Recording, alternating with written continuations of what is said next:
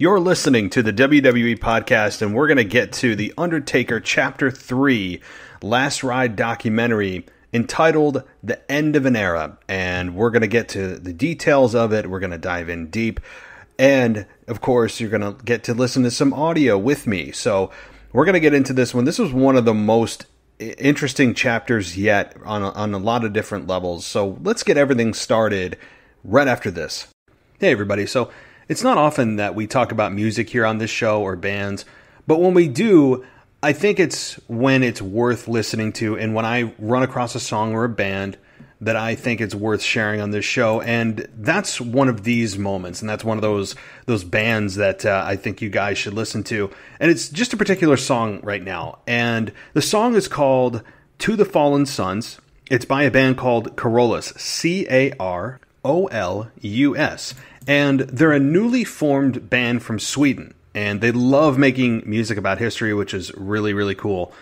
So this song in particular is about Carolians and the soldiers of the Swedish kings, King Charles VI and King Charles VII in the late 17th and 18th centuries.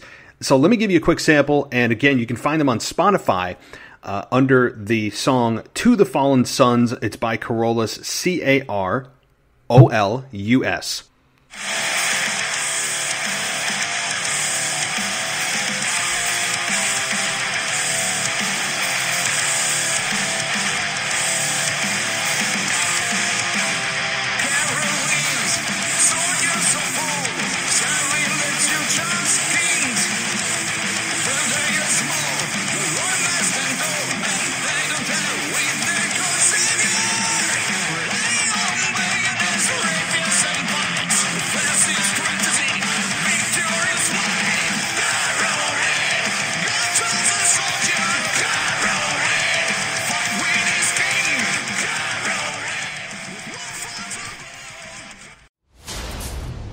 It's time for your weekly fix of wrestling nostalgia when we look at wrestling's past eras, from the Attitude Era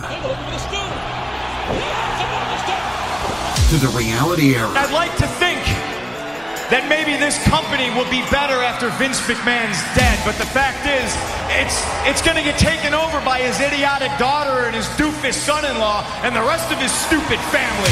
To today, here on the WWE Podcast.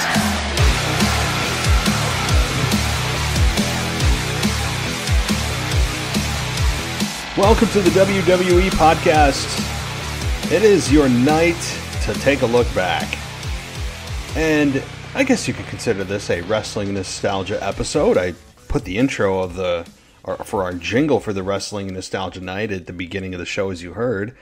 So yeah, I guess this is wrestling nostalgia because we're taking a look back at The Undertaker's career. We're going to be reviewing The Undertaker, The Last Ride documentary, Chapter 3, End of an Era. So there's a lot to dive into today. We look back at WrestleMania 34, The Undertaker's match in Saudi Arabia against Triple H, his return to Madison Square Garden, the matches with Shawn Michaels and Triple H at WrestleMania 25, 26, 27, and 28. The Brothers of Destruction that take on DX in the infamous just train wreck of a match that they even admit was a train wreck of a match. And then we get a bit of a preview of the next chapter, Chapter 4, which I am extremely interested in, as they're going to be covering the Goldberg-Undertaker match that was, I mean, I don't even need to tell you what it was.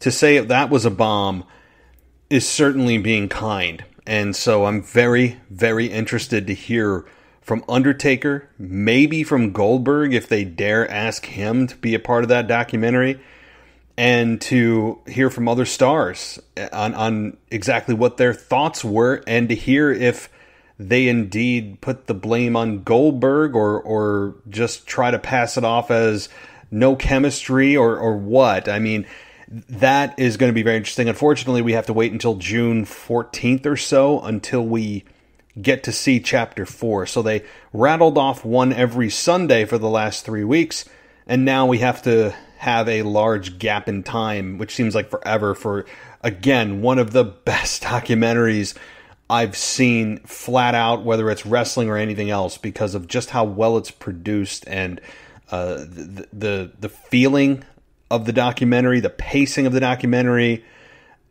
Everything is just so well done.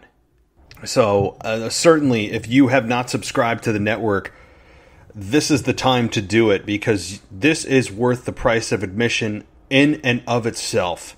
Again, I have no monetary interest in you signing up for the network. I'm saying from a pure wrestling fan perspective, you are doing yourself a massive disservice by not watching this.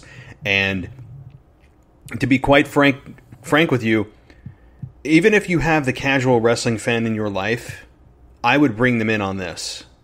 And you could sell it to them by telling them, if they're not going to come over to your house or you come to them, is to just say, hey, you get a free month with the network. It's worth the price of admission. I mean, even if you had to pay the $10, I'd pay $50 to watch this thing. I mean, in retrospect, to see knowing how good it is. So, again, please see it if you're a wrestling fan. Watch chapters 1 through 3. It will give you more information about Mark Calaway in a couple hours than in a couple of decades watching him on your television screen. And as I watch these 3 chapters, there's a recurring theme so far that I've noticed with Mark Calaway, the man, because that's really what this is focused around. It's not really about Undertaker's greatest moments. It's nothing like that. There's certainly enough of those. This recurring theme is a sense of pride for Mark Calaway, and more pride than I imagined that he had. And when he had those terrible matches in Saudi Arabia with Shawn Michaels and Triple H versus the Brothers of Destruction, and when he had the bomb of a match with Goldberg, even then, I mean, again, of course, predating this by many, many months, this documentary, I had a very strong sense that this would not be the last time we see Undertaker, because he's too prideful to go out on that type of a performance. And that was validated throughout his 3 chapters, where, at WrestleMania 33, he thought that could be it with Roman Reigns. WrestleMania 34 with John Cena, and we'll get into that in detail. And it wasn't that long of a match, but that's, I think, ultimately the problem. And then we get into a little bit more depth of the matches he had after WrestleMania 34 with Triple H and the tag match. And it's just it's a recurring theme that we see, that he wants to make sure that it's worthy of his last match, that he'll have that sense of closure. He'll know when he had that final match, right? And so my point is, I don't know. I really don't know if we will know, or if even Mark Calaway will know ahead of time if it's going to be his last match. And the evidence I have is based on the 3 chapters that I've seen, because going into all of those WrestleMania matches and matches in Saudi Arabia and so forth, he didn't know if those would be his last matches until they happened. And so I don't know if we will know, or Mark will know, or WWE will know ahead of time if it's indeed his last match, and which is tough, because imagine the marketing and promotion that you could have and should have if you were able to ahead of time know, hey, this is Undertaker's final match. This is the Undertaker's retirement match. Imagine being able to sell that. Because people have been speculating for 10 plus years now, sometimes, in some cases longer, that this would be the Undertaker's final match. This has got to be the Undertaker's final match. This will be that. This will be that. And we have yet to see it. And if WWE was able to get one last good squeeze out of the juice that is the Undertaker cash cow, why wouldn't they? But in fairness to Mark Calaway, we and he doesn't, maybe we don't know until it happens and go, oh, that was it. So I would say we need to treat every match that he has from here on out as his retirement match. Again, hopefully they will be able to bill it as such. My fear is that if Undertaker has the match as promoted that it's his final match, and it doesn't live up to his expectations, does he go back on his retirement? Do fans start chanting one more match? And the cycle continues. I'm hopeful that doesn't happen, but based on everything I've seen, I think that Undertaker is fearful to set a predisposition that the match he has next is going to be his final match. Because I think the expectations for him are going to be through the roof. I think for the fans are going to be through the roof. And what if he feels really good after the match and thinks, hell, I could do another one. I could do another one. I could do another one. We saw evidence of that throughout the documentary as well, that when he feels good, he says he gets the itch to keep going. Understandable. But again, it all comes back to he doesn't know. We don't know. And it would be a nice round number this year. A nice 3 decades of destruction marketing method, right? That would be a great way to end Undertaker at Survivor Series this year, or announce at Survivor Series that he is going to end his career at WrestleMania. And again, I will say this because I don't know how people are forgetting this. And it's super important to remember. Really important to remember. When Austin was coming back to Madison Square Garden to Raw, and Bray Wyatt was a part of Raw. When there was the Firefly Funhouse that night, I and my co-host at the time did a preview show for Raw and said, oh my God, could you imagine The Fiend coming out to attack Austin? And WWE played off of those thoughts, because during the Firefly Funhouse that night with Austin on the show, the clock in the Firefly Funhouse said 3:16. And Bray Wyatt alluded to, in some kind of gibberish way, that he had no beef with Stone Cold. He had no beef with rattlesnakes or something like that. And he took a mallet and whacked the clock. After he whacked it, the number, I think it was 1117, meaning the day that The Undertaker debuted. And he said, that's better, and kind of looked at the audience, or looked at the camera.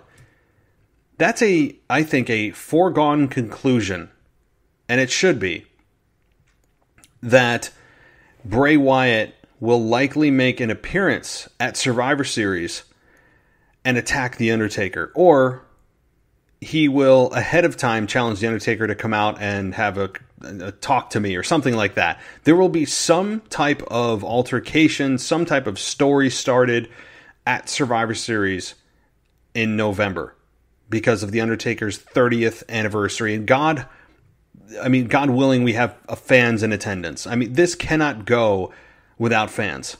Please. There cannot be an empty arena. No NXT trainees acting as WWE fans. Okay, yeah, I know they're actually WWE fans, but they're acting like the normal audience that WWE would like. But I just am really hoping that this whole coronavirus gets to the point where it's still around, but it allows us to fill arenas again in some kind of capacity. So let's all hope that The Undertaker doesn't go out with a whimper and gets the crowd reaction he deserves. So those are just my thoughts. Again, based off the documentary series that I've seen so far with Undertaker, it would be a damn shame to see him go out with no audience. Anyway, let's get into Chapter 3. Enough of my conspiracy theories. Although I think I'm right on this one. Because if you remember, Undertaker versus Bray Wyatt at WrestleMania 31, Undertaker beat him. And Bray Wyatt's on a vengeance tour right now, avenging all of his losses, and that is one of them on the very big stage. So, I think I have a little bit of ground to stand on there with the clock, given the history of Taker and Bray, and then maybe ending with Bray retiring Taker at 37. That's how I would do it if it were up to me. So, alrighty, Chapter 3. Now again, we started here talking about, at the beginning of this, looking back at WrestleMania 34. And I'll get to some audio in a minute. But The Undertaker got himself into crazy good shape. We saw the hip surgery in the last chapter. He did a bunch of cardio. He did CrossFit. He had a ring. He had his wife help him with stretching. And I mean, he just basically rebuilt his body to a point where he felt he was almost to the level where he should be and what fans expect him to be at. And what he expects himself to be at. And he gets himself into this amazing shape for John Cena at 34. And as you remember the build-up to that, it was John Cena constantly, for weeks and weeks and weeks, calling out Taker, waiting for the gong, waiting for the lights to go off. And eventually it led to John Cena saying he's going to go as a fan. Bought a ticket to the event. And then Undertaker finally comes out after John Cena, I don't know, hit an AA on somebody and walked up the ramp, and boom, we get Undertaker. Now, that match happened, but I don't know about you. I was extremely disappointed in the length of the match. And Undertaker seemed to really follow suit with that. I mean, I'm not just trying to blow smoke up Taker's ass. I remember reviewing that show way back when and thought to myself and said out loud, hey, why was this 3 minutes? Why the hell was this 3 minutes long? Right? Taker even said he felt like he had a lot left in the tank after that match. He mentioned several times that, hey, this was a match I could have gone a lot longer. I don't know why I only got 3 minutes. And he tried to be respectful in the documentary, but you could read between the lines. The writing was on the wall that The Undertaker was pissed that he only had 3 minutes. I don't know why. I have no idea why they wanted 3 minutes. I don't get it. I mean, were they afraid of what would happen because of WrestleMania 33? And I was there for that. That wasn't great, and we all saw that in Chapter 2. But were they just trying to hedge or mitigate their risk of Taker hurting himself or hurting John Cena? Maybe. I tend to believe that because a guy like Taker would demand respect and command respect at his stage in the game. With his tenure, I'm sure he should be able to pull some strings to get an extra 5 to 10 minutes there. I mean, jeez. So to me, it's just Undertaker or WWE not wanting to put Mark, the product, at risk for embarrassment, Mark at risk for hurting himself, and for John Cena's health of if Undertaker can't lift him or they botch a move just because of Undertaker's lack of timing, what have you. And that's my thinking. The reason was never given or even speculated on in the documentary as to why they only got 3 minutes. It made no sense from a fan's perspective. We're looking at this going, we waited all this time and speculated about John Cena versus Undertaker for 3 minutes. I remember saying, like, what? Like, it was a really disappointing, considering how big of a star John Cena is, to only lose to Taker in 3 minutes was disappointing. It was great to see Taker in such great shape. He was moving well. He was quick. He was fluid. He was agile. He looked like the Undertaker of old. And then we got a big fart of a time in the match, or basically didn't get enough time to tell the story. And that was the big disappointment. But so let's get to some audio from the documentary and hear what the Undertaker had to say about this. It was nice that I got to crush her favorite, to let her know that her daddy was the man. But I was disappointed the match was only what it was. I would have liked to have seen him, have a little bit more time and go out there and just physically put on a show I knew he was capable of. But in that short 2-3 minutes, that did more for him mentally and emotionally than anything else. The fire was really lit once I came out of the Cena match. I mean, I was feeling good. I was in shape. I was like, well, shoot, I can I can work a few matches. So there we go. I mean, like, you listen to that, and that's really where the WrestleMania 34 bit ends, is he clearly is disappointed, rightfully so, about the length of time of this match. And yeah, I mean, you heard it too, that, hey, I feel good, let's keep going. And that's where he went to Saudi Arabia and faced Triple H in their final match ever, which I think was a very serviceable match. I had no issues with Undertaker and Triple H for the final time. Certainly wasn't what it was when they faced each other at WrestleMania 27 and 28. I mean, that's kind of an unfair standard, because that was, 8 years ago, or 8 years prior to this.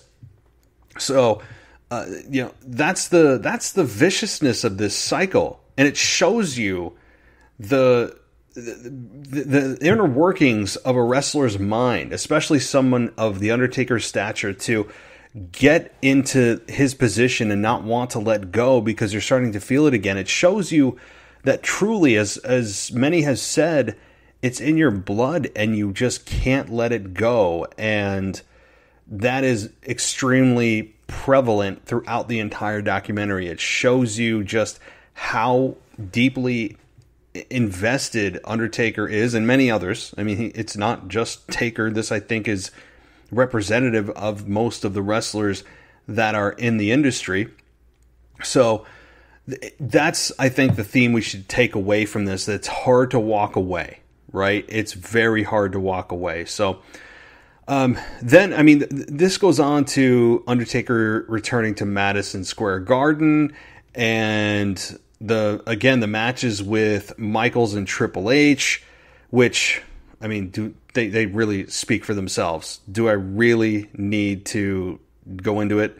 Well, yes, I do. So let's listen to a little bit of audio from some of my favorite WrestleMania matches of all time. Really, all four were stellar. I think headlined by WrestleMania 25. But let's take a listen. You could feel the electricity. He felt it. I felt it. Everybody in the building felt it. Tombstone! Undertaker! I'm believing this! What on earth? I just had an out-of-body experience! I remember saying, I'm having an out-of-body experience, because I thought I was. I was just seeing things that just were phenomenal. Determination and passion. God almighty, it was a classic. Michaels in midair! Michaels caught! Pile driver! My second! Michaels caught in midair! Tombstone! It's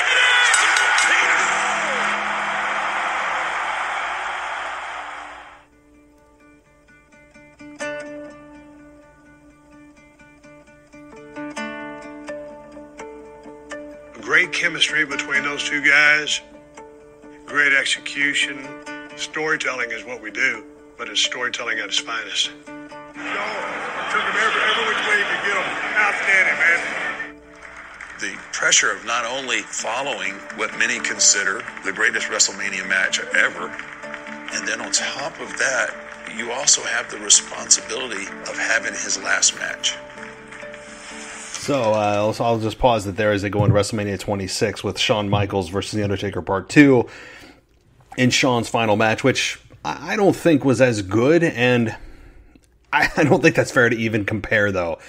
To think that they would have topped WrestleMania 25 was hard to believe, just simply because it was damn perfection at 25. Probably my favorite WrestleMania match of all time. And that's saying a lot, followed very closely by Rock Austin at WrestleMania 17. So, but don't worry, guys. Orton and Edge, they're going to top this because it's going to be the greatest wrestling match ever. Don't even get me started on that. However, this at WrestleMania 25, again, was pure perfection. It was probably Undertaker's best match ever. Maybe Shawn Michaels. Do I dare say it was his best match ever? I mean, individually, you can make a case. You can make a case. It was that good. And I think 26 was hard. I mean, that's a hard act to follow. And I think that they still had a very, very good match. But you have to remember, Jim Ross was not on commentary at WrestleMania 26. It was Matt Stryker. So you talk about a fall from grace.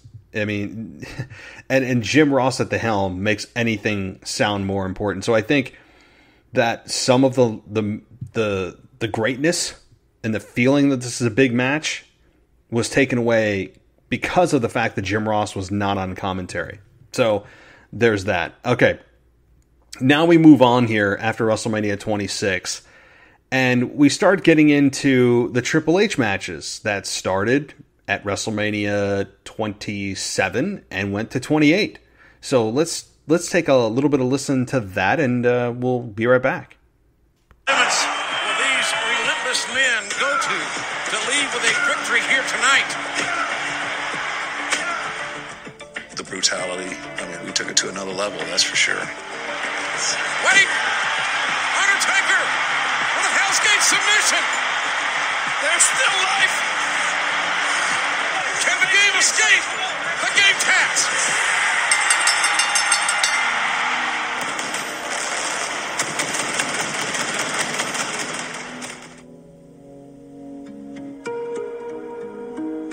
I know it felt like the end of an era to us, and kind of, how do we encapsulate that? We'd all had so many conversations about this and getting Shawn back involved. And it all seemed to begin to come together as we kept talking about Hell in the Cell, because that's the match that he and Shawn started. And all the Hell in the Cells that there had been, Taker and I had been in like 2/3 of them. So as we get into WrestleMania 27, we all know how... I actually would think this second one with Triple H, I think, was better than the first, where with Shawn it was the reverse. And now that you put all three players in the game here, no pun intended, you put all three players in the ring. Shawn Michaels, who had been retired 2 years earlier by Taker, is the special guest referee. Was he going to be impartial? Was he going to play a factor at all? And they even get into that regarding the near fall that many of us, including myself, believed was the end of the Undertaker's streak at the time. So let's hear a little bit from these guys, and I'll stop talking, and then we'll come back. To me, that story had everything. Shawn Michaels, Mr. WrestleMania, who's the referee. Here's the guy Undertaker, who he couldn't beat at WrestleMania. Here's his best friend Triple H. Now he's the ref. He has to stay impartial. Shawn Michaels, the special official in this matchup. Oh, man, uh-oh. And Shawn's facials and his expressions and his emotion throughout this entire match made for tremendous theater. I don't think there's a better hook in a match than the super kick into the pedigree, into the kick out. It's not over! It's not over! Amazingly, the Undertaker still lives! Shawn Michaels been calling this matchup down the middle. His emotions overwhelming him. I think right there, more so than any other time ever, did the people think that the streak would be broke. Look at this! My God, we know what that means. Yes, we do. The sign. Oh, disaster. So Undertaker gets the win here, and then this is where the name of this chapter comes along, and it's the name of the chapter with the end of an era. And but first I'll get to that, and we'll get to the audio too. But that was, I remember the super kick into the pedigree. That had me sold.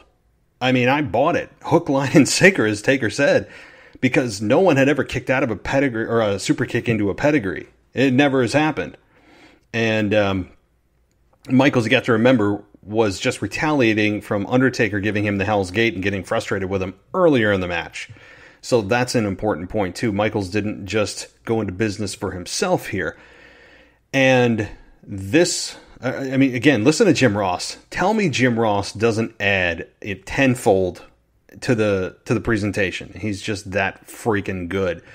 And it's great that he's in AEW, by the way. So this match was truly the end of an era on a lot of levels, and the fact that we would never see these three performers in the same ring at the same time again, as was told, well, it wasn't totally true. I mean, because of the match that happened in Saudi Arabia that we all would like to forget even existed, including all 4 performers, I'm sure. So, let's get to some of the audio again, and we'll return. I knew that we had just finished something that was going to be so special that would last through the annals of time in our industry. It was storytelling at its finest. Here for the last 4 years, these guys have beat the living hell out of each other, and we did. That was our last big shot all together of us doing what we do with each other. It's as if these 3 men know that they will never be at the same place at the same time in this exact environment. It just was all real at that moment, us leaving together, us standing on the top of that stage together.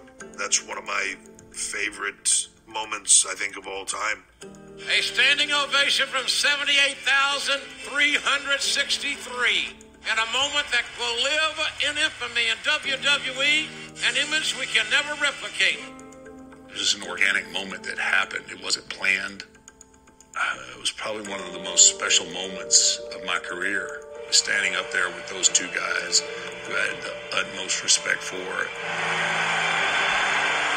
I have a picture. Shawn has one, and Triple H has one. Actually, Triple H had them made for us. And it's the picture of the 3 of us standing at the top of the ramp. Picture hangs above the door of my gym. And it's a constant reminder of probably the most special moment in my career. So that was pretty damn cool, right? I mean, you have Undertaker and Michaels and HBK, right? Michaels and Triple H, and that did, honestly, I'll be frank with you. When I watched it, I thought that was a planned moment, because it reminded me a little bit of the curtain call. But with the curtain call, obviously the circumstances were different. You didn't have guys that were at the level of the respect of HBK and Triple H and Undertaker at that moment. I mean, Triple H and HBK were actually involved in the first curtain call, but many, many, many years later, it felt different because they were all at the end of their careers. And while Triple H, when you think about it, hasn't even officially retired, they are all at the end of their careers, and 2 out of the 3 of them are at the very. I mean, they're so sporadic that it is essentially their retirement match every time that they do wrestle with Triple H and Undertaker. So this was it was a special moment, but I'll be honest, I didn't think it was organic. I really didn't. I thought it was very pre-planned, and it, I'm very weary of these moments because now that it's organic and I look back and I know that it wasn't pre-planned, I feel better about it. In the moment, until I heard that news from this documentary, I wasn't a fan of it because it was it exposed things after a badass match of hitting each other with sledgehammers and kicking each other in the face and all of that they all just kind of like, oh, we're buddy-buddy now. I'm not a big fan of that, right?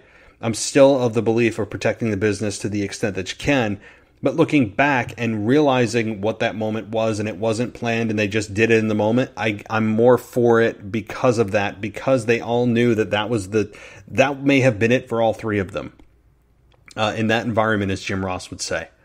So a very special moment. I'd love to hear your thoughts on that moment, and also the thoughts on Michaels and Taker at 25, 26, or any of the other 2 Triple H matches. I mean, so hit me up at realwwepodcast@gmail.com. So please do that, and I'd love to hear your thoughts and opinions.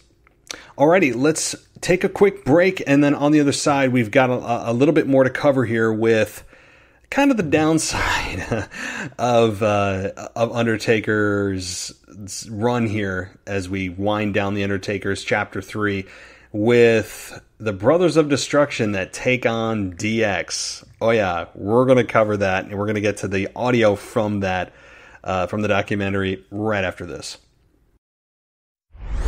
Stay right there. The WWE podcast will return after this quick break. Hey everybody, so it's not often that we talk about music here on this show or bands, but when we do, I think it's when it's worth listening to, and when I run across a song or a band that I think it's worth sharing on this show, and that's one of these moments, and that's one of those bands that I think you guys should listen to, and it's just a particular song right now, and the song is called To the Fallen Sons. It's by a band called Carolus, Carolus, and they're a newly formed band from Sweden, and they love making music about history, which is really, really cool. So this song in particular is about Carolians and the soldiers of the Swedish kings, King Charles VI and King Charles VII in the late 17th and 18th centuries. So let me give you a quick sample, and again, you can find them on Spotify under the song To the Fallen Sons. It's by Carolus, Carolus.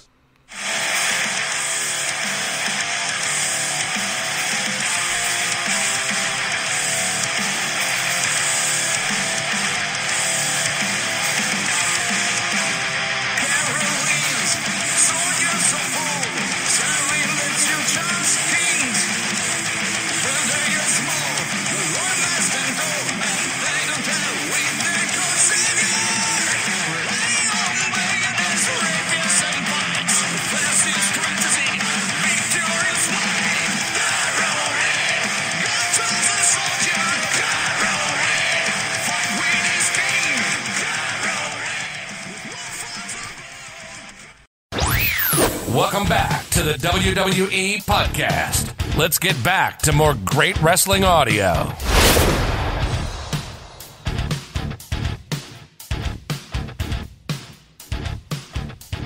Welcome back, guys, and let's get to it. Let's get to the D-Generation X versus Brothers of Destruction. I think many of us remember this, not very fondly, for so many reasons. To me, the number one reason is Shawn Michaels coming out of retirement.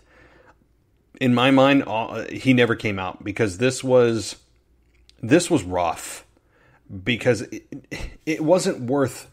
It looked bad for Michaels to come out of retirement for Saudi Arabia money. Number one, the visual, the optic was terrible for Michaels to do this. And all four performers had a rough night, and the story was... Well, let's just get to it. Undertaker can describe this better than I can, so let's just do this. And then... Oh, and one side note. Isn't Shawn Michaels a million times better when he's serious? How many times have we seen Shawn Michaels, since retirement, come back, whether it's in just kind of a one-off or a Raw reunion, or to come back and celebrate Triple H's 25th anniversary, whatever it may be, which, by the way, that there was no storyline. I was surprised. I thought that was going to lead to some angle with Triple H getting back in the ring.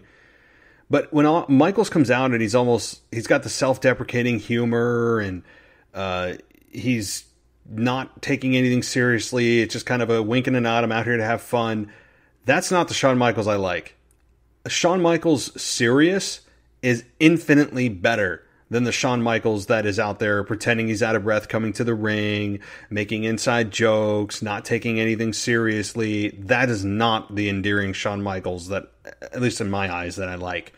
And also the bald head during this match, extremely distracting. This whole thing was just not as bad as Goldberg and Undertaker, which we'll get to in Chapter 4, but certainly rough. So let's get to it with Undertaker. Are you ready? The Brothers of Destruction versus Generation X. It's huge.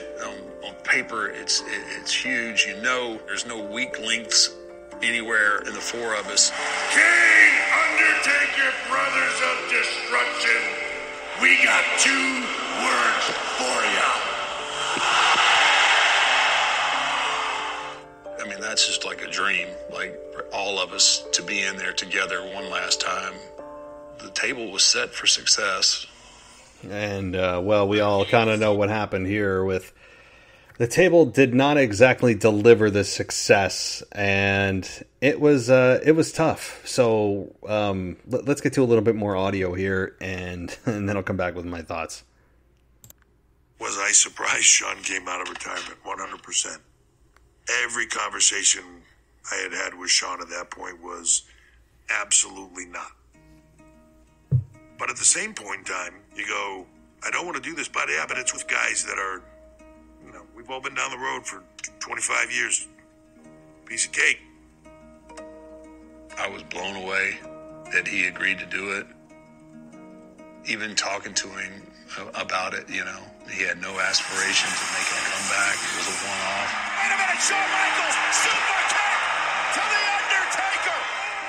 Hunter and Taker and all that, being out there with those guys was just a comfortable thing. And so it's like, oh, well, that I can do. And that sounds like fun, and thrilled about doing it and encouraged about doing it. It's with Kane and Taker. Dude, it's a night off, right? You'll come in there, we'll do a couple crotch chops, we'll throw some glow sticks out, a couple super kicks, drop an elbow. It'll all be great. No problems, right? Easy. Except me and Taker are, doing the once in a while thing. Shawn hasn't wrestled in however many years. Kane's the mayor. It's a bad comedy movie. It really is. That's actually really funny. Triple H called it a bad comedy movie. It really was. That's true. Yeah, it was rough. I mean, again, that is true that I didn't take into consideration the fact that Michaels hadn't wrestled in a while. You'd think if he had planned this kind of one-off coming out of retirement match that he would have prepared himself better than he did, or maybe he did and it just wasn't executed. I don't know, but it was a rough match. And like I said, the bald head with Michaels was, to me, the biggest heel of the match. And it was really just extremely distracting. I did not like the bald head. Shawn Michaels without hair is, it should be illegal. I mean, it should be criminalized. He should pay some kind of fine, a civil fine for not having hair. But anyway, yeah, this match was tough, and let's continue with the thoughts. Legends, 4 all-time greats. History happening now. And Triple H, oh my God, up over the top. Hunter hit hard. My arm was hooked in there deep, and I just gone. I said, I just tore my pack off. Shawn never panicked on it, but I remember the look in his face like, you're kidding me. At one point, I remember looking up, and it looked like Kane's whole head fell off because his mask came off. Shawn Michaels hit Kane so hard that Kane's mask came off his face. It couldn't have gone any worse. It was a total train wreck. It was a disaster. The game has nothing left, but was that enough? It is! D-Generation X wins! Oh, goodness. It totally blew.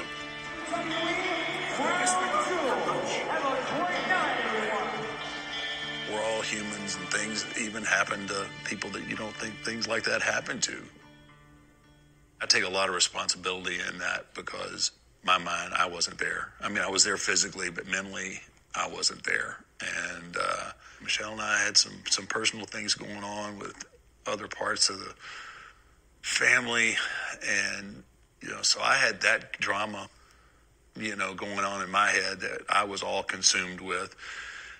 If that match would have came off the way that it was intended and the way we would want it to, that may have been enough for me. Yeah, so right there, I mean, you say, that's the point I was making. That when Undertaker said that would have been enough for me, he said he might have gone out on that match. He might have retired there. So this is my point, is we may not know until it comes out and Undertaker's satisfied with the match. So to build it up to retirement and know ahead of time and market it as such may not be the Undertaker the way he wants it. Because then if he's not satisfied with the match, then he doesn't want the match to be the final match and be his retirement match. So, but yes, it is, that match was a bit of a train wreck, and I would not recommend going and watching that. It will not make you happy, especially if you're a Shawn Michaels fan. I do remember Kane's mask falling off. I do remember that, and Michaels with his moonsault, and he got busted up, and Triple H tore a pec. It was just an unmitigated disaster, as they all said, and it shows you, it really shows you, the fan, that even if you are a legend in this business, that if you don't keep yourself in shape, or at least semi-regularly having matches, that even legends can have awful nights. All four can have awful nights because of how infrequently they all perform. If this had happened back in 2002, this would have been probably the match of the night, maybe even like an all-time classic. But when you put guys in there that are aged, that don't perform regularly, and it has been many years since Shawn Michaels even performed, you're asking for trouble, and they relied on name brand value, and they relied on just muscle memory to get them through this, and I understand why, and it just shows you how difficult this profession can be, even for legends. This documentary, guys, again, that pretty much closes it out as Undertaker continues to search for closure, and that's really the last part of the documentary, at Chapter 3 anyway, where he continues to search for that elusive, I feel like I'm done. That was it. I'm done. And the thing is, I don't know if Undertaker will ever find that moment. What if Undertaker doesn't find that elusive, satisfying, feel like I have closure match? Right? Undertaker may have to chalk it up to, let's announce this as my final match. Good, bad, or indifferent, this is it.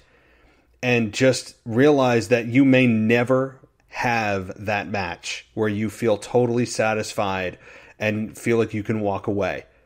Because if he doesn't, Father Time continues to pound away at all of us, Undertaker included, and it's not going to do him any favors as we speak right now. Every second ticking by is another moment that we're all aging.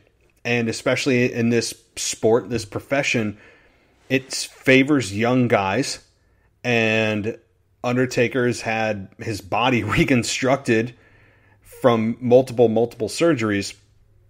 So the fact of the matter is, if I was Undertaker, I would think long and hard, that's what she said, about just saying, hey, let's announce it, because I don't know if I'll ever find that match, and I don't want to have to continue to put my family through this. If I get injured again, if I get another concussion, I want to be able to hold my kids. Let's just call a spade a spade.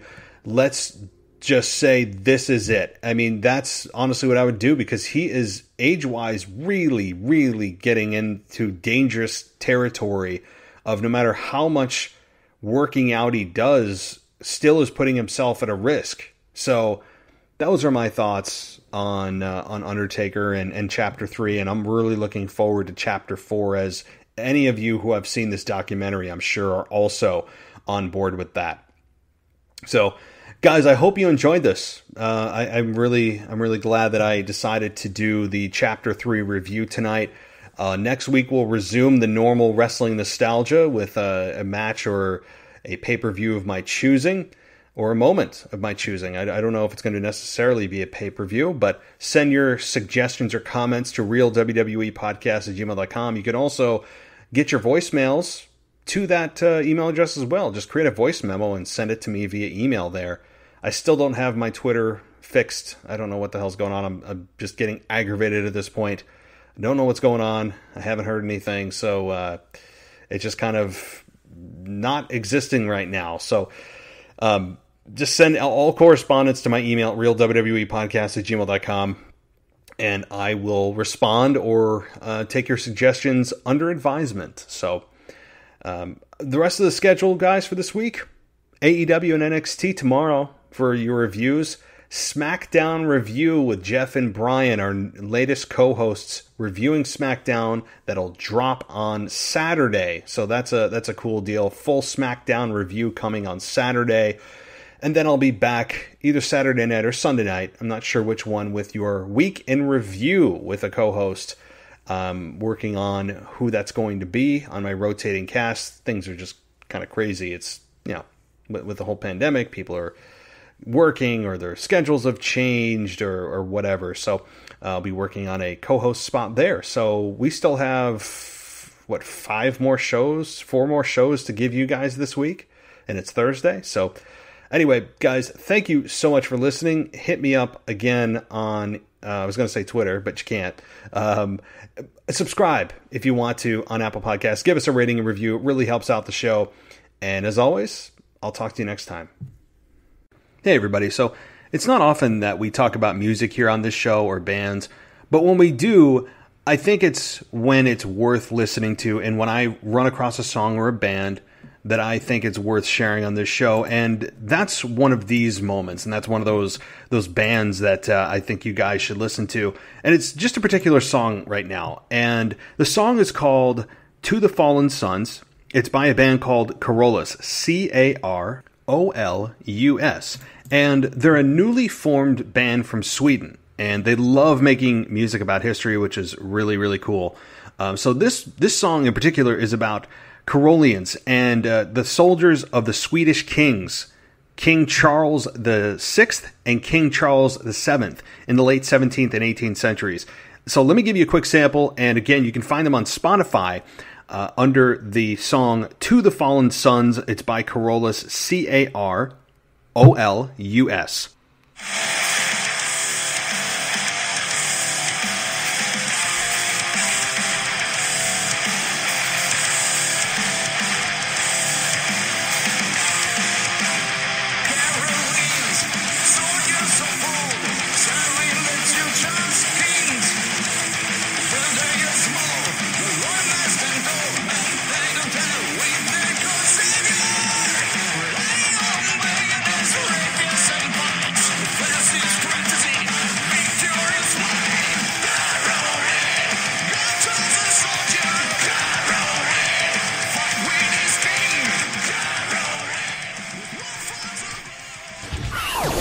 Thanks for listening to the WWE Podcast. Don't forget to subscribe on your favorite podcast app so you don't miss a show, or head to WWEpodcast.com.